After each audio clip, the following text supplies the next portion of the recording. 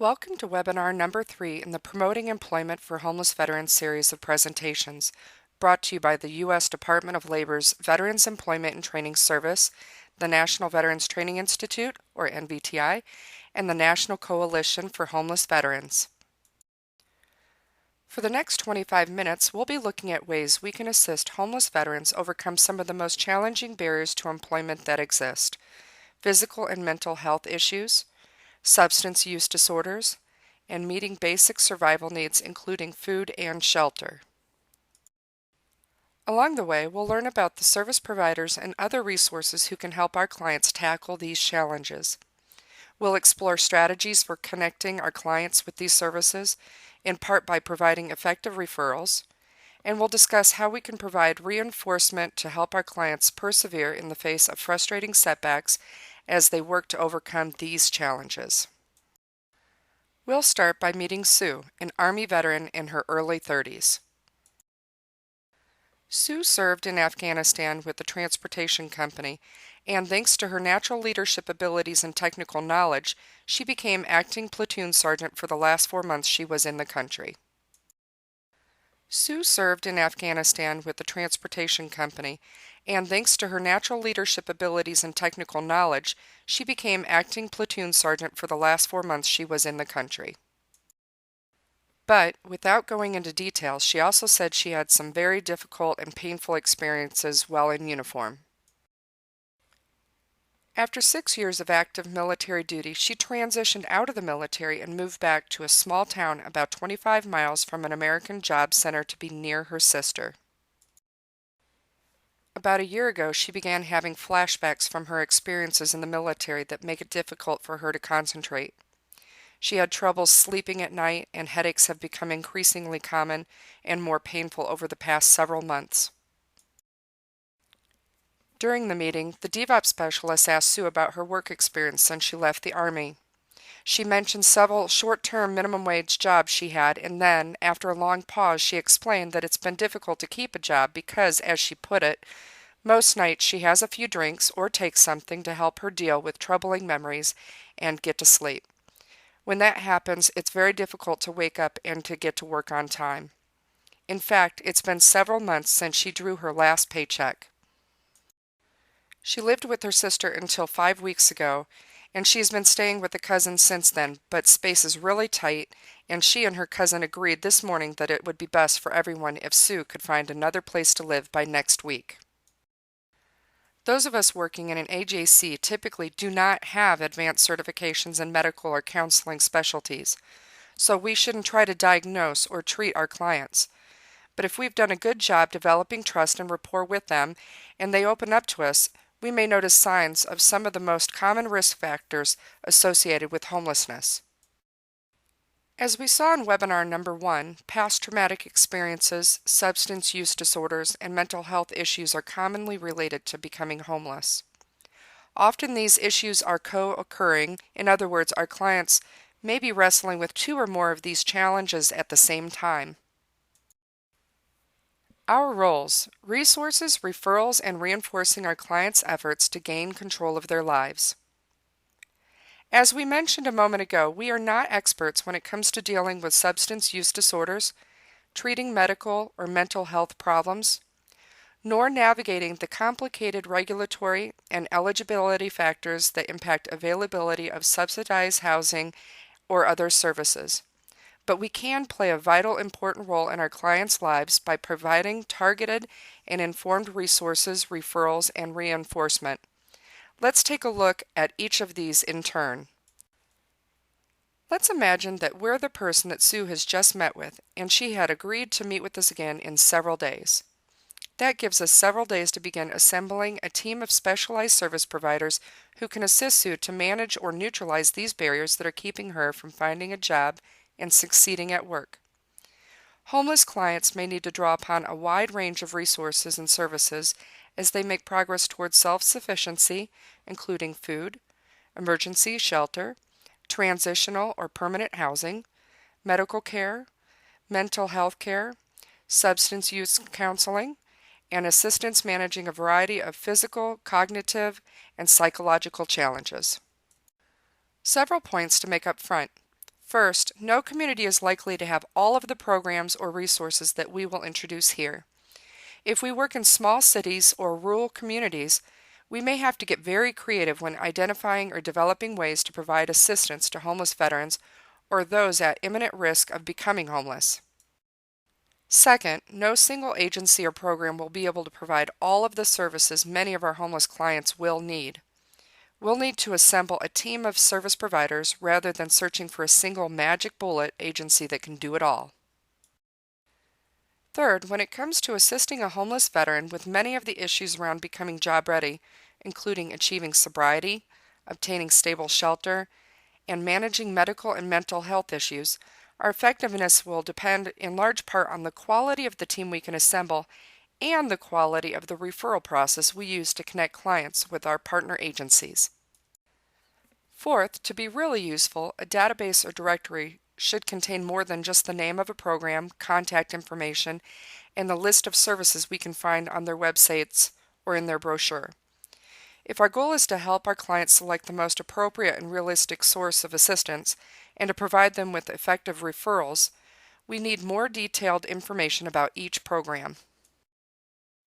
Fifth, asset mapping is an ongoing process. Key personnel in local programs may come and go. For that matter, the programs themselves, especially if they rely on unpredictable funding or demonstration grants, may come and go as well. Maintaining an accurate contact list can be a challenge. Which brings us to our final point. It's unlikely that any of us will have the time or personal knowledge to create and maintain a comprehensive database of all the programs that our homeless clients would benefit from. Fortunately, there's a good chance that someone in our community has already begun the work of identifying a network of providers. We'll look at some of these organizations in a moment. If no one currently maintains a list of supportive services in our community, we might ask a local veteran service organization, a religious congregation, or other volunteers to assist with the process of developing one and periodically updating it. The resource page for this webinar has links to many of the programs or organizations we will describe. If you are partnering with someone in the creation of this database, we encourage you to share these links with them. Starting points. Your first stop for potential partners is the VA Medical Center. If your community has a VA Medical Center or VA facility, you will want to connect with the VA Healthcare for the Homeless coordinator at this facility. These coordinators are housed within the VA Medical Center and can often get veterans connected rapidly to resources for which they are eligible. The VA provides a list of healthcare for homeless veterans programs by state with contact information. As with all of the resources we are describing, we've provided a link to it on our resource page. Many homeless veterans, especially those who are not eligible for services through the VA Medical Center, are eligible for mainstream homeless services in your community. To identify homeless-specific resources in your community, you will want to connect with the Continuum of Care. Every county, city, or state is served by a Continuum of Care, or COC, sponsored by the U.S. Department of Housing and Urban Development. These networks of service providers identify the needs of the homeless individuals in their service area, coordinate the delivery of currently available services and resources, and work together to fill any gaps by developing new services. Sometimes one agency is the lead of a COC. In other places, several agencies form a collaborative to execute the COC's activities.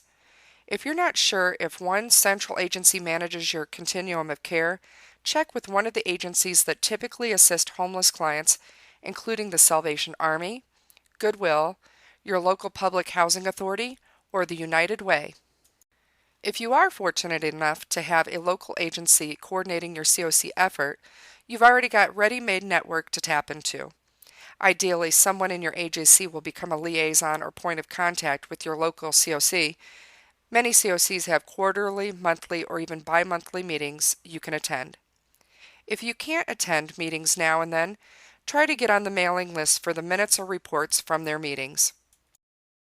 To help you get started on your search for homeless-specific veteran partners, you can also visit the website of the National Coalition for Homeless Veterans, or NCHV. The grants page on the NCHV website include more detailed descriptions of several of the programs we discuss here and serves a nice introduction to them. The NCHV's step-by-step webpage outlines the different types of assistance a homeless veteran may need. The Locate organization provides contact information for thousands of community agencies across the country that provide some level of service to veterans who are homeless or at risk. Another good network building tool is the United Way 211 initiative. If your state or region has one, the 211 website and database will list many of the key service providers by county or metropolitan area. Finally, many communities hold stand-downs, and these events can provide us with a convenient way to meet the local agencies that provide many of the services our homeless clients may need. We've included a link on the resource page to a list of upcoming stand-down events around the country. Now that you have a larger view on the resource networks for veterans who are homeless and for all persons who are homeless, let's look at some specific programs that can help address the barriers you may see. The U.S. Department of Veteran Affairs Homeless Programs. If a VA medical facility is located within a reasonable distance from our homeless veteran clients, if our clients are eligible for one or more of the specific services listed here, and if the nearby VA facility has the capacity to serve our clients in a realistic time frame, the VA Healthcare for Homeless Veterans Coordinator is likely to be one of our most important partners. When we meet with VA coordinators, we'll want to ask them about the following programs to learn about availability, eligibility factors, and capacity. VA services generally include medical care, VA-located homeless services, and VA-granted community programs. Healthcare services are likely to be a critical issue for many of our homeless clients. Medical conditions that can affect the homeless, including frostbite, parasitic infestations, tuberculosis, hepatitis or respiratory conditions, infections that develop from minor wounds due to lack of facilities for maintaining adequate hygiene, and difficulties managing chronic diseases like diabetes. You can work with the VA coordinator to ensure the veteran has access to adequate health care when he or she is eligible. The VA's Choice Card rollout expands the availability of services, especially for veterans who are long distance from VA medical facilities. We will discuss health care for non-VA eligible veterans in the next section. The Department of Housing and Urban Development and the Department of Veteran Affairs Supported Housing Program, often shortened to HUD-VASH, provides housing vouchers through HUD to eligible veteran clients and supportive services and case management through VA to assist clients manage physical and mental health, substance abuse, and other challenges that contribute to or result from homelessness. Although the voucher itself comes from HUD, the services and eligibility determination comes from the local VA. Community Resource and Referral Centers are a newer VA program testing a one-stop shopping approach to helping clients access a variety of services ranging from showers, laundry facilities, food and clothing to rapid referrals to emergency and permanent housing services and medical and mental health services. These CRRCs are not in every community, but be sure to check out the list here to see if one is available where you are. The Homeless Veterans Coordinator will also be a source of information about several specialized healthcare offerings, including the Healthcare for Homeless Veterans Program, Healthcare for Reentry Veterans Service Program, Veterans Justice Outreach Initiative, Homeless Patient Aligned Care Teams, and Homeless Veterans Dental Program. Not all VA homeless services are provided by the VA Medical Center. Two grant programs, the Grant and Per Diem Program and the Supportive Services for Veteran Families Program, provide services to homeless and at-risk veterans through grants to local community agencies. The Grant and Per Diem Program provides transitional housing for homeless veterans needing a bridge between the streets and permanent housing. Offering a wide range of services, these facilities look different depending on the location. Ask the VA Healthcare or Homeless Veterans Coordinator for information about local GPD programs. The Supportive Service for Veterans Families program allows local nonprofit organizations to assist very low-income veterans and their families to achieve permanent housing. The local nonprofits provide eligible veteran families with case management, assistance in obtaining VA and other benefits, and, in some cases, limited financial assistance to help their clients cover rent, utility bills, and moving or child care expenses. Some veterans may not be eligible to receive medical services through the VA Medical Center. Others may benefit from dual enrollment in Medicaid and VA healthcare services. The U.S. Department of Health and Human Services Health Resources and Service Administration, HRSA, maintains a directory of health care clinics accessible by homeless persons on their website. We can conduct a search by location or zip code for local clinics or generate a downloadable PDF for our state. Other federal agencies are also involved in serving veterans who are homeless based on their expertise. In fact, the Department of Labor's Veteran Employment and Training Service operates the Homeless Veterans Reintegration Program, or HVRP, nationwide. HVRP programs provide job placement services, job training, counseling, supportive services, and other assistance to expedite the reintegration of homeless veterans into their labor force, and they can provide us with an excellent overview of the programs and resources in our community that we should know about. Finally, 2 links on our resource page may help us assist clients with immediate survival needs or with transportation to a medical appointment. The Disabled American Veterans Organization operates a fleet of vehicles to provide free rides to VA medical facilities for injured and ill veterans, and they provide a directory of their hospital service coordinators, the point of contact for these transportation services. You might also be able to find local resources including emergency shelters, food banks, and soup kitchens, or the Homeless Shelter Directory website. As we mentioned earlier, creating a list of agencies and contact information is only the first step in building a network. The more we can learn and share with our clients about our partner agencies and their services, the less frustration and unrealistic expectations our clients will experience.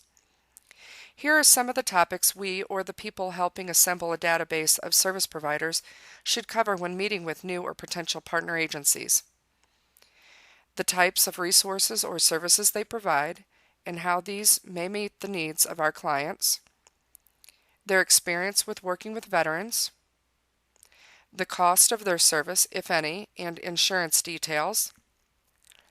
Location and proximity to public transportation. The hours or schedules their offices are open, and when specific programs or services are available. Eligibility requirements, including the agency's definition of veteran status and homelessness, and whether they serve spouses and children of veterans or just veterans. This question is especially important when partnering with agencies that provide temporary shelter or transient house. We'll want to know if they provide accommodations for women and children.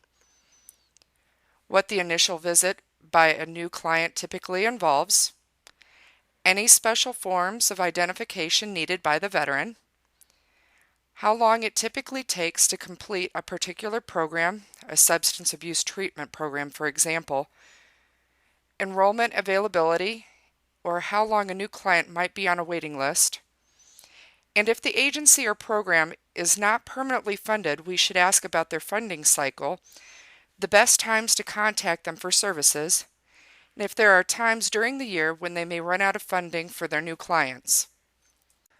We've included a downloadable list of these questions on our resource page. You can edit it and add additional questions you think would be useful.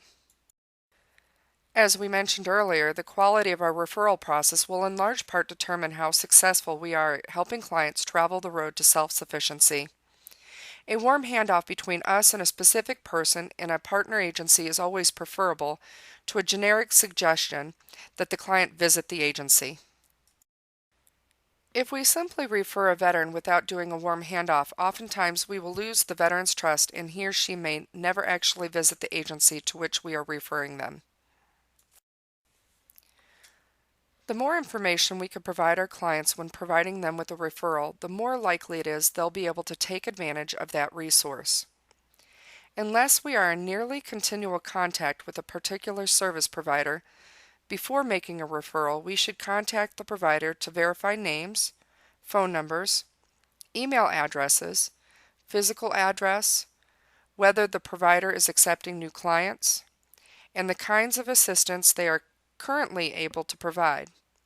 We should also ask about eligibility requirements and any needed documentation, their intake process, and the best times of the day or best days of the week to show up if the client wants to avoid waiting a long time. We take these steps to ensure that we do not waste anyone's time, money, or effort. It is better to have our client sit across the desk from us for 20 minutes while we verify all of this over the phone than to send the client on a wild goose chase. Here are some things we should cover when referring a client to an agency. Describe what is likely to happen during the initial visit to the organization, how long the session will last, and whether they should expect and prepare for a long wait. Discuss how the client will get to the appointment on time. We should print out and outline a transportation plan so the individual will be able to remember where to be and when in order to make the appointment on time. Be sure to outline a return trip as well. Talk about any other obstacles that might prevent the veteran from keeping the appointment or visiting the service provider and brainstorm ways he or she can overcome those. Preview the questions that the service provider might ask the client. Explain if there are any required forms and identification. If our client lacks the necessary documentation, be prepared to assist them applying for it. Talk about the outcomes which might result from the initial visit. Ask the client if he or she has any concerns about anything that has been discussed. On our resource page, you can download a referral form with blank spaces for key information that our client can give to the receptionist at the agency they are visiting. Regardless of how diligently we develop our networks and prepare our clients, it's almost inevitable that they will experience frustration, disappointment, and inefficient processes along the way. Moreover, the nature of homelessness can make it difficult to keep appointments with somewhat distant service providers.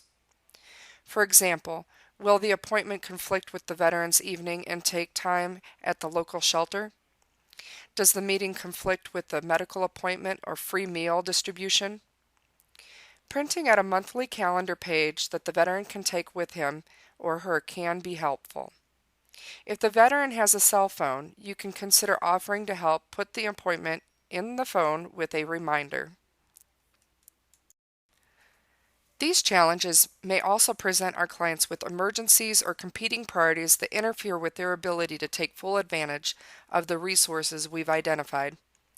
In Webinar 2, we introduced the Grow It Guide as a tool for helping our clients identify meaningful goals, understand their current reality, review options for moving forward, develop a plan for what they'll do next, implement the plan, and begin tackling the next challenge they face. There's a link to the Grow It Guide on the resource page. You can also download an example of a change plan worksheet that Sue completed as she and her DVOP specialist or AJC employment specialist addressed their questions in the Grow It Guide. The process of asking and answering those questions and helping clients complete the change plan worksheet can reinforce their commitment, confidence, and capacity to take advantage of the specialized resources we've been discussing. Using the goal-related questions, we could help Sue identify her motives for dealing with addictions, medical or mental health issues, or the bureaucratic hurdles that stand between her and stable housing. While discussing Sue's current reality, we can help her recognize how behaviors related to homelessness, substance use, and health-related obstacles can get in the way of getting and keeping a job, and share with her the typical perspectives and concerns of employers around these issues. We can also ask Sue to share her past successes at dealing with challenges similar to the ones she's facing now. For example, as we continue to meet with Sue over several weeks, She shared that she had survived a period of homelessness when she was in her late teens and learned some creative tactics for getting by. It is important to focus on the positive past experiences so that Sue will believe in herself and can mentally refer back to when she overcame challenges. She shared that she had gone through a period of heavy drinking after her first overseas assignment in Iraq, but later gained control over the problem and managed to remain sober for years. And she acknowledged that she had plenty of frustrating experiences working with bureaucracies and is under no illusions about how difficult it will be to go forward with a plan that involves navigating the requirements of several different organizations. When exploring options, we can share the information we've gained about each agency's service, policies, and procedures, and the pros and cons or strengths and weaknesses of each, thus helping Sue realistically evaluate each option and determine which would best fit her needs and circumstances. A decisional-based grid, a motivational interviewing tool, can help with the determination of next steps. We've included a downloadable copy of this grid on our resource page. Based on everything we and Sue have learned, we can help her devise a plan for taking advantage of each of the services and resources she has selected. When we outline some of the topics to cover when referring a client to an outside service provider, we touched on many of the details that could be included in an action plan for accessing these services. These included preparing for the first visit, arranging for transportation, anticipating other obstacles that could interfere with success, and developing contingency plans should the obstacles appear. To provide support as Sue implements her plan, we can ask her to contact us or meet with us within a specific time frame after each key appointment to discuss how it went. And when she does, we can discuss next steps and any concern she has about taking those steps. If she missed an appointment as planned, we can discuss what prevented her from doing so, brainstorm contingency plans should the same circumstance occur in the future, and facilitate rescheduling of the appointment. Our goal is to ensure that Sue understands minor setbacks do not lead to giving up, and instilling the never give up motto is critical to positive results no matter what occurs. As Sue made progress with the counselors we referred her to and found transitional housing, we began to tackle her next challenge, finding a job that leads to financial self-sufficiency. We'll cover tools and techniques for helping homeless clients master the unique challenges they face when conducting a job search in a future webinar. For now, we'll note that employment itself can be an important aspect of mastering mental health or substance use challenges. A job can provide structure, a sense of purpose, social support, and opportunities to develop or redevelop confidence, competence, and a sense of optimism about the future. In Sue's case, we helped her get an entry-level position with a road construction firm. Within a few months, as she made more progress in her counseling programs, her natural leadership talent surfaced and she was promoted to crew team leader. We'd like to close this webinar by explaining how you could submit questions you may have. If you scroll down the web page in which you're watching this presentation, you'll see a link labeled Questions and Answers. By clicking on the link, you'll be able to submit a question about anything we've covered today, or about issues related to homeless veterans that you'd like us to address in upcoming webinars. We will research the answer to your question and post it on the Questions and Answers page as quickly as possible.